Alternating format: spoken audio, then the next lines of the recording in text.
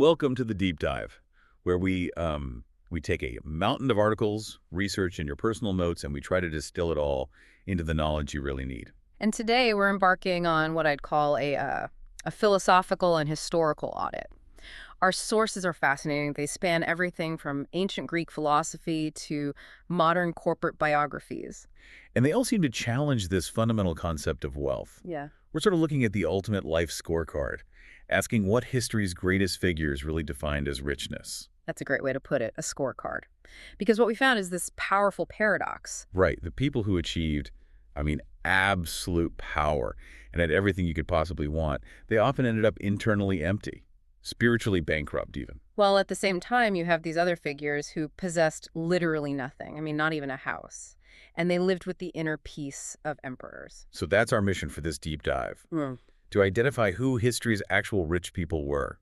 Exactly. We have to look past the gold in the armies and contrast lives that were defined by, say, external acquisition versus those defined by this inner energy, this sense of complete contentment. Okay, so where do we start? I think we have to start with the classic, maybe the most famous example from the ancient world. This is where the paradox is just perfectly crystallized. Let's talk about Alexander the Great. The man who had it all. By his early 30s, he'd conquered an empire stretching from Greece all the way to India. Unbelievable. He had vast armies, mountains of gold. He was, by any external measure you could possibly use, the single most powerful human being alive. And yet the sources all describe him as someone who could never, ever rest. Right. He was perpetually restless. Right. Always obsessed with the next conquest, always driven by this need to add another territory. His motivation wasn't satisfaction. It was this unquenchable internal desire. He just always needed more. That hunger for more is so key. Now let's put him side by side with the philosopher Diogenes. Ugh, Diogenes. The original cynic, he basically rejected all of society's norms and just embraced this radical simplicity. Radical doesn't even begin to cover it. Yeah. The documentation confirms he owned nothing. Literally just the ragged clothes on his back. And he lives a pod. A huge clay storage jar, a pithos, was his home. So zero material wealth, zero political influence. And crucially, zero ambition for either. Which brings us to their famous confrontation, the absolute pinnacle of this contrast. It is. So you have Alexander, full of imperial pride, riding out to meet this notorious pauper. He finds Diogenes just, resting in the sunlight. Alexander stands over him, the conqueror over the conquered, and offers him anything. Any treasure, any favor he wants. And Diogenes gives this response that just echoes through history. It's the ultimate act of internal freedom. He just says, just move aside. You are blocking my sunlight. Can you imagine the sheer audacity? He basically told the ruler of the world, the one thing I value right now, you're messing it up. He didn't want gold. He wanted a ray of sun, something nature gives away for free. And that just completely flips the power dynamic, doesn't it? Alexander, who could take anything, was begging for a chance to give. And Diogenes, who had nothing, showed he needed nothing. He was completely self-sufficient. But I do have to ask, isn't there a counter-argument here? Alexander's restlessness is what made him great. Diogenes achieved peace by just opting out. That's a critical point. Alexander's restlessness led to historical fame, for sure. But Diogenes' stillness led to internal freedom. The sources say Alexander left that meeting heavy-hearted. Yeah, he was muttering that if he wasn't Alexander, he would want to be Diogenes. Think about that. The emperor needed the entire world to feel complete, but the philosopher only needed a single ray of sun. His internal world was already whole. So right away, we're establishing that external size doesn't equal internal satisfaction. Not at all. True poverty isn't the lack of stuff, it's the lack of contentment. The wealthiest person is the one whose needs are lowest. Okay, so let's fast forward a couple of millennia and bring this paradox right into our era. We're moving from an ancient conqueror to a modern one, Steve Jobs. The tech titan. Jobs built an empire on a scale Alexander couldn't even dream of. But our sources really focus on his final realization, when he was battling cancer. He had everything modern society tells you to want. The success, the fame, the genius, the billions of dollars. But in those final moments, he saw the cruel joke of it all. His billions, his products, his fame, none of it could buy him the one thing he desperately needed. Which was what? Energy, time. The source calls it a blind race of accumulation that left him spiritually empty when it mattered most. He'd maximize his external portfolio, but let his internal one go bankrupt. Wow. So to contrast Jobs, the master of products, we're turning to the 15th century, to a man named Sant Kabir. Right. Kabir was an Indian mystic, a poet, and a simple weaver. His whole focus was on internal liberation, on devotion. And he lives in a simple hut, right? Often described as leaky and unstable, no bank account, no assets. None. And yet, the records say he often danced in pure ecstasy, just overwhelmed by this divine connection. He actually called himself the King of Kings. So how do you get to that level of joy when you're living in poverty? That's the secret. His power came from conquering the internal craving, the desire to acquire. In Eastern philosophy, they call it Trishna, this constant thirst. Kabir had eliminated it because he wanted nothing. He already had everything. And so kings and emperors, people who had everything on the outside, would travel to his little hut. They'd come begging him for peace, begging for the secret to that internal ecstasy he had. The contrast is so clear.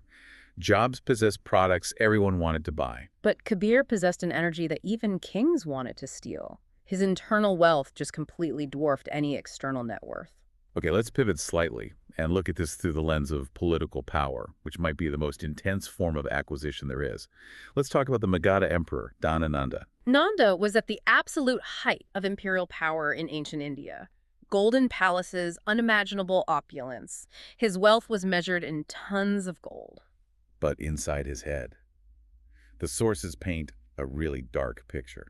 He was consumed by fear, by doubt, by suspicion. Absolute power brought absolute paranoia. He trusted no one. Now, contrast him with the architect of that whole empire, the man whose strategic brilliance made it all possible, his prime minister, Chanakya. And Chanakya, the real brain of the kingdom, chose to live in a small, stark mud hut just outside the city walls. That's such an incredible split.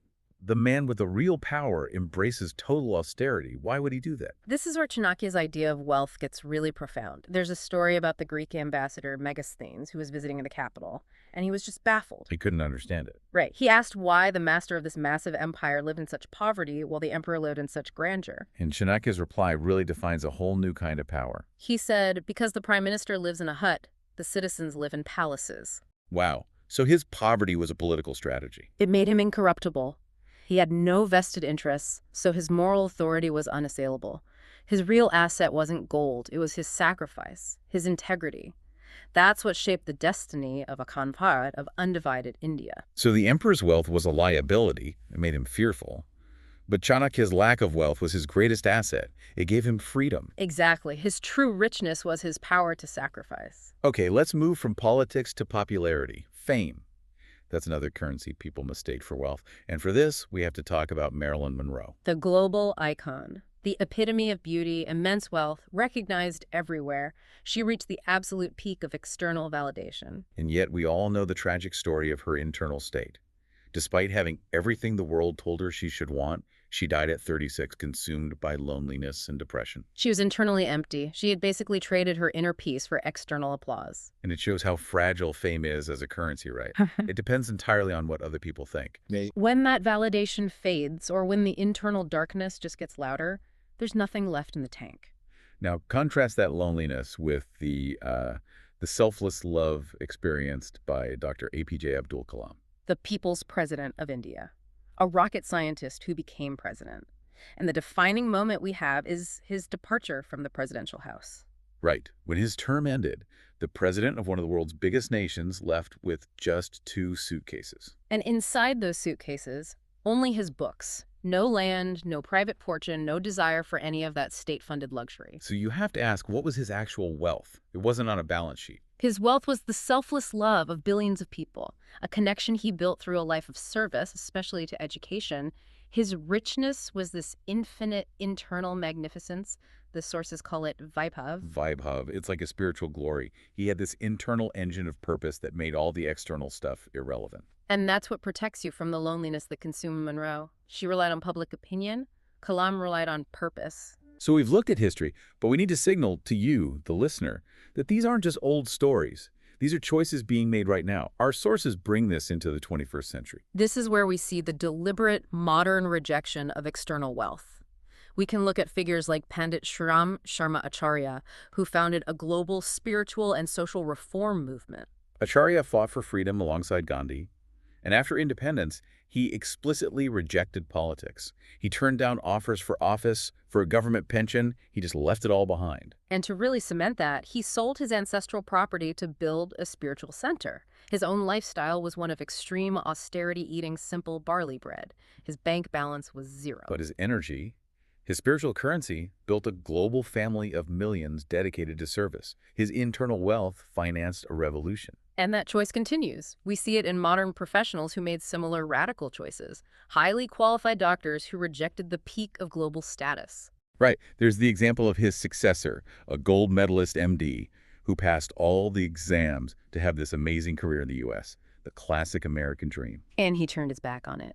Traded a guaranteed life of luxury to serve humanity from a simple room in Haridwar, all because his guru called him. He didn't just reject wealth, he rejected the path of least resistance. And we see the same thing again in another leader who had a successful medical career in London. High status, comfort, luxury. He chose to leave the glamour of London to lead a spiritual university back home. So what connects all of them? Diogenes, Kabir, and these modern professionals. It's that unified choice. They consciously rejected possession or malakiyat and chose energy and sacrifice.